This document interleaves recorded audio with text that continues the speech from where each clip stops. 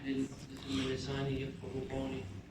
Assalamu alaikum wa rahmatullahi wa barakatuh. Wa alaikum assalam wa rahmatullahi wa I'm very barakatuh. grateful that you have honored me in being in the presence of yourselves and allowing me to give a brief talk. Inshallah, I may do your time justice. I know you're all very tired, maybe, and can benefit from this talk. So, upon a lot of contemplation, I decided to actually talk about contemplation, because many of times we come to the majalis and we listen to the majlis, whether it be about death or diet or day of judgment, and sometimes it's a process to internalize and think about these things so that we may make use of it in our lives.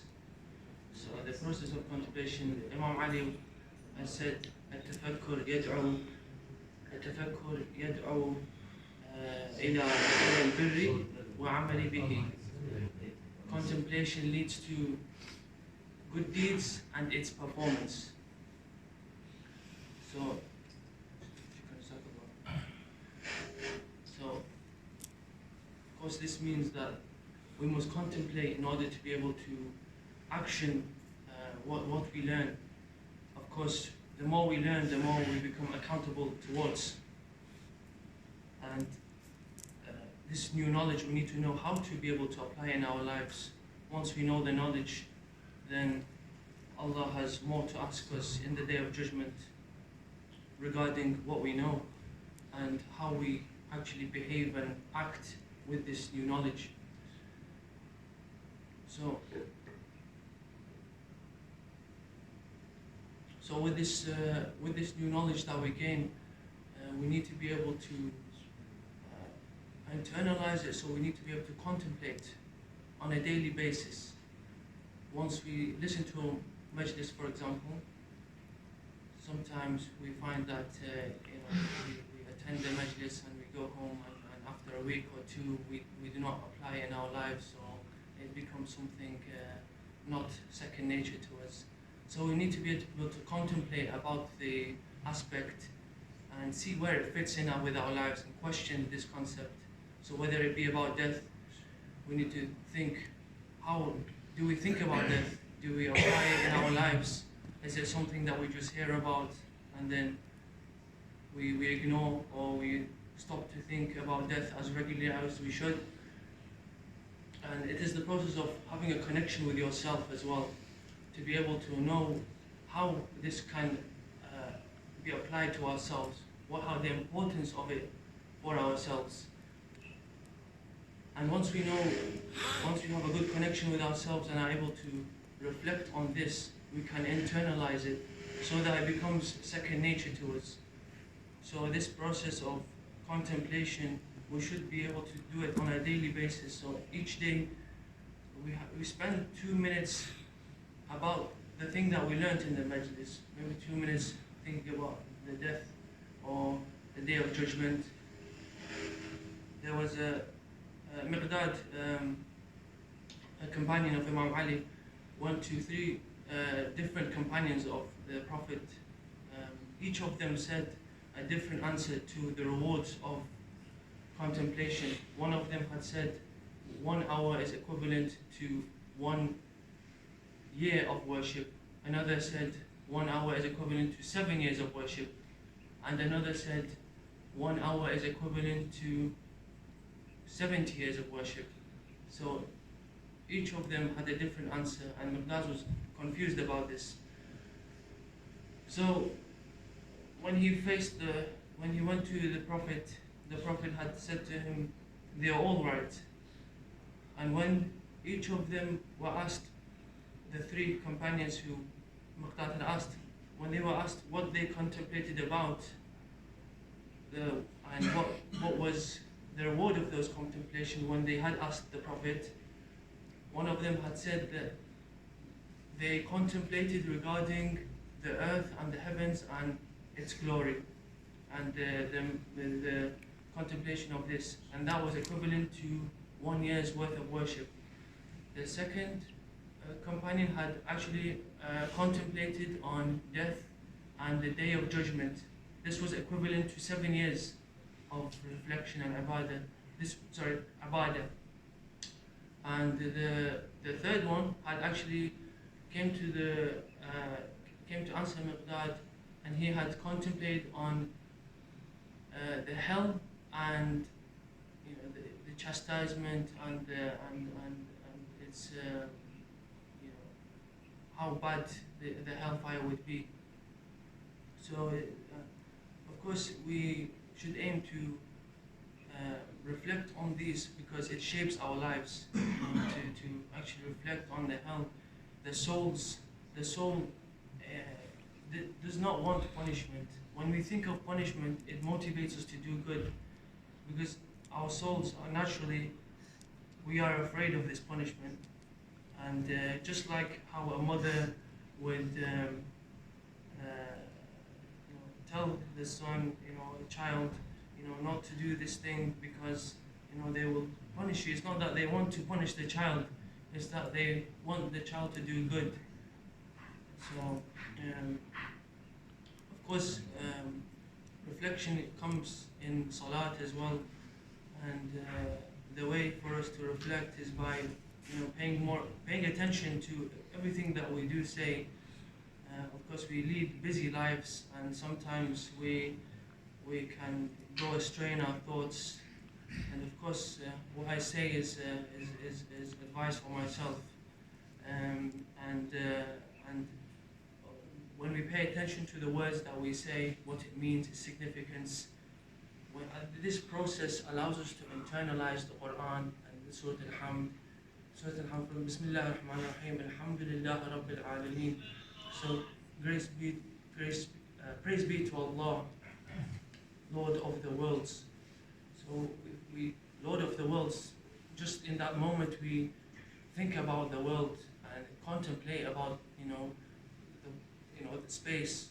And of course, it says worlds. So what does this mean? There's worlds, different planets.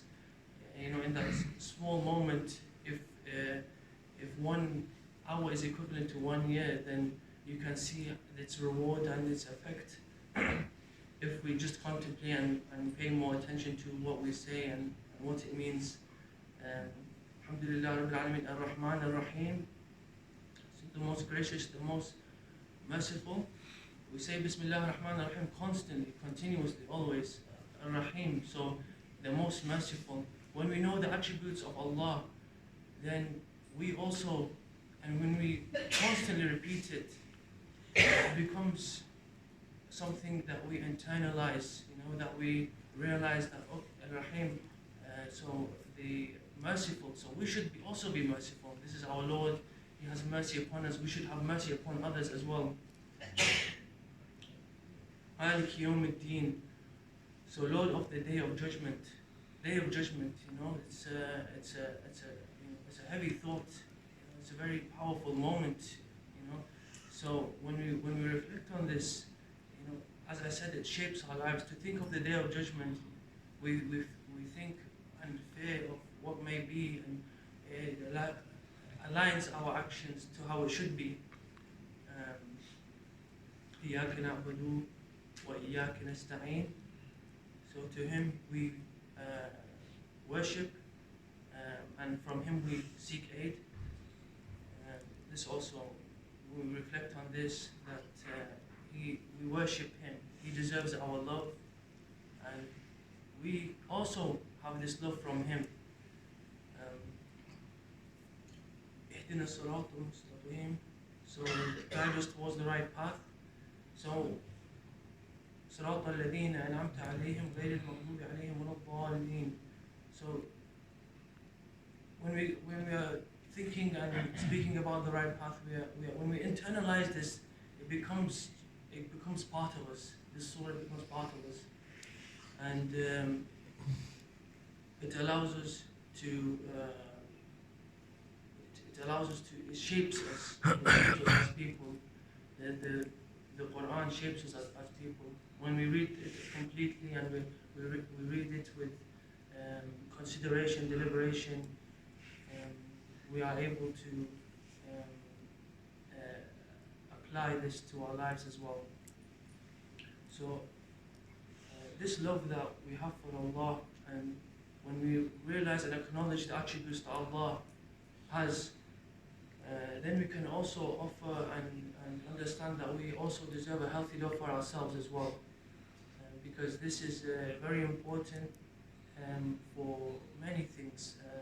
When we have love for ourselves, a healthy love, of course, we understand health love through religion, through Allah, through the Ahlul Bayt. This is why we have love for Ahlul Bayt, is that these are examples for us, and they shape our lives.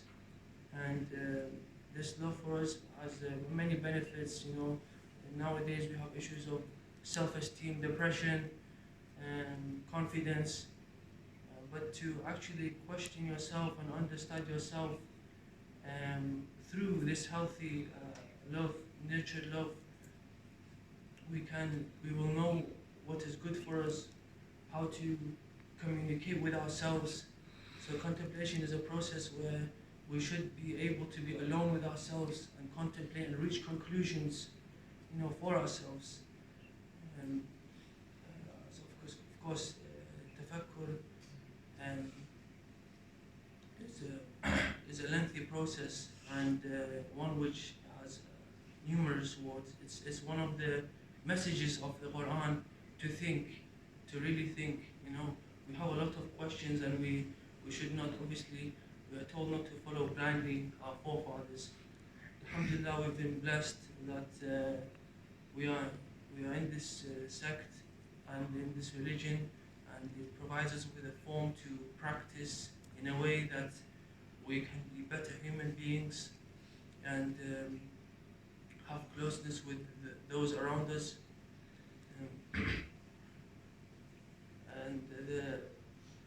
So the second part is I recommend a book actually for those who want to have this process in a systematic way, because sometimes we realize we have unresolved emotions, unresolved thoughts, and this can carry in our lives. So certain traumas or loss of loved ones, if we do not deal with it correctly, and we realize that we can carry those negative emotions in our daily lives. So it is important also to look back at yourself in those moments where you feel like you may have been affected, and future actions you may deal with a little bit more anger or upset, or you are a certain way. But you will only know this when you really contemplate on yourself, contemplate on the things around you, the interaction that you might have on a daily basis.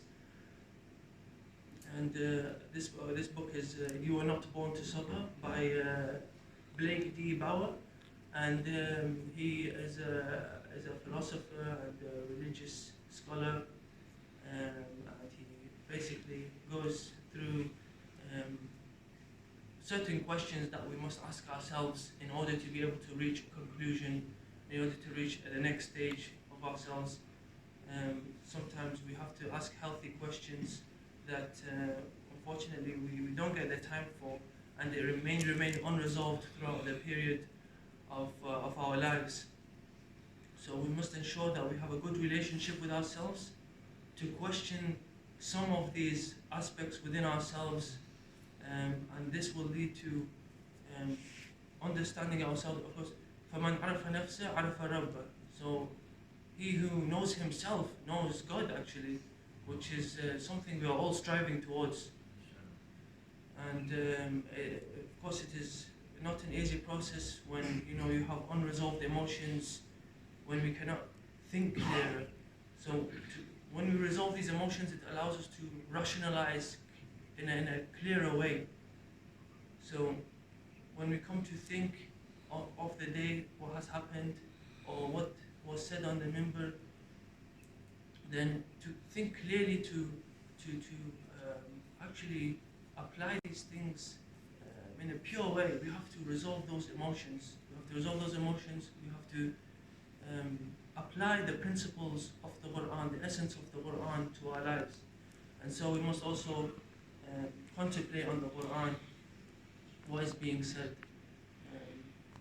This is for me as well. So it is good for us to even read one page or 5 ayahs a day, and the interpretation of Quran is very wide, and we realize that once we know the history, we can also apply it to our lives now, but it requires a clear mind. So the other part of this majlis I wanted to speak about was diet. Of course, I wanted to say something that also maybe you can use the contemplation with regards to my background is pharmacy. So I thought maybe we could apply the concept that I mentioned now and use tafakkur and contemplation regarding this, so that maybe on a daily basis we can actually employ this within our practice. So, of course, diet is an example of a topic that you would say is as a habit for us.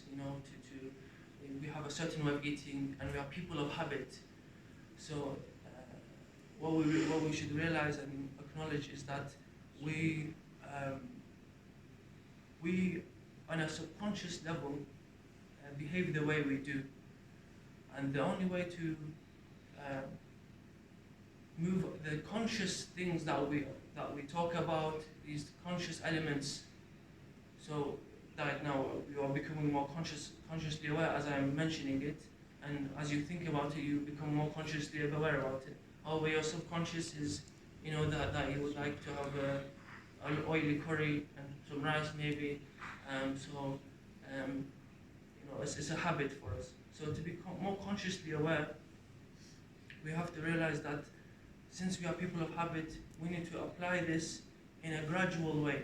So maybe 2 or 3 days, have something that you may not normally have, or take away something from your diet that you would normally have. In that way, you're training your body and your mind to this method, to this new way. Because of course there are many diets and many suggestions, thousands of diets, but it's just difficult to apply this practice. To apply this practice is one thing, to be given this knowledge is another thing. So to be able to apply this, we must take a step-by-step approach, and that requires us to do something in a way, and of course when we do this, we need to realize and contemplate on the goal of why we're doing this. This is also a very important thing, and this goes back to tafakkur, contemplation, and the love that we have. So the contemplation is giving us, we give ourselves the reason why we're doing it, and we internalize this reason so that it becomes a part of us. And the love that we have, this love for the Ahlul Bayt, for ourselves, we realize we deserve this for ourselves. This is important, and we love Allah. So because we love Allah, then we would want to please Him. And the love that we have for Ahlul Bayt, we would want to carry out those actions that are the righteous actions.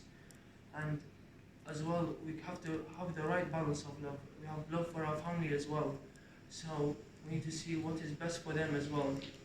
So with the contemplation, with the love, and including the habit, to be able to tackle this issue of habit and making those subconscious elements, changing those subconscious elements, we must employ all those aspects.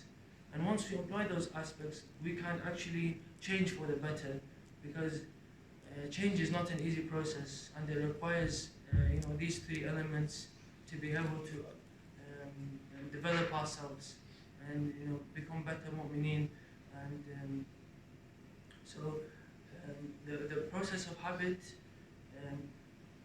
is one where you incorporate those things, and gradually you find techniques for yourself that work as well. So in one instance, you may find that so having this food in the house doesn't help. So you say, okay, we'll take this food out of the house, or you decide that I will buy more vegetables, or you find ways for yourself through the Fajr, and making a habit out of it is, there's a rule of 3 days initially. So if you manage to do it for the first 3 days, this actually psychologically has a positive effect, and the next stage is actually doing it for 3 weeks, and then after that 3 months, and 3 months is a huge doing something for 3 months, you can take it throughout your life, for anything, for a diet change, exercise. So this is a rule, a technique that has a positive impact on our lives. Also, fasting. Just mentioning a few things. Fasting allows us to actually, with alongside the diet, helps us achieve the goal of health and the benefit of it. And we should aim. Of course, some conditions we require medication, but the best medication is through prevention and through diet and a lifestyle, walking. Of course, it depends on the goal as well that you have. So we should aim to reduce the amount of, if we want to lose weight, if we want to lose the body fat, we should aim to reduce the amount of carbohydrates, so rice and bread and these things. Though, of course, we should also aim to reduce meat. It depends on the goal that you have. And so also plenty of water. Plenty of water is something that we should aim to do. It keeps us full and satiated, especially if we have a lot of fats as well, from nuts and these things. But of course, the main point is that we should educate ourselves as well. For each person, a different sort of diet helps. There is vegan diet and protein diet and keto diet, but it's about educating yourself as well through all these processes to be able to apply the practice. Because sometimes we go and listen to things, and for example, what I'm saying now, I know it might not seem specific because it is tailored to individuals differently. Some people, meat is not, they don't need meat. Some people need less carb. It depends.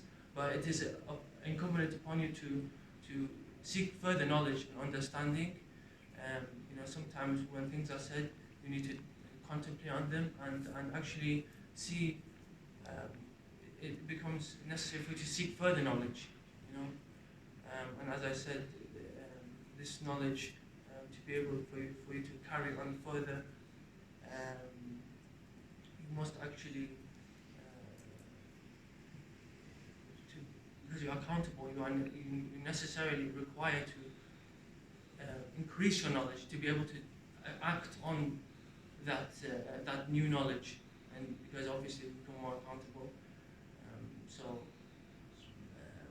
Inshallah, you have had some benefit from this talk. I apologize for any shortcomings, and inshallah, any questions about, I know my diet advice was a little bit vague and here and there, but inshallah, if anyone has any questions, please come to me. Any questions in general as well. Alhamdulillah, thank you very much. Wassalamu alaikum wa rahmatullahi wa barakatuh. Alaikum salam wa rahmatullahi wa barakatuh.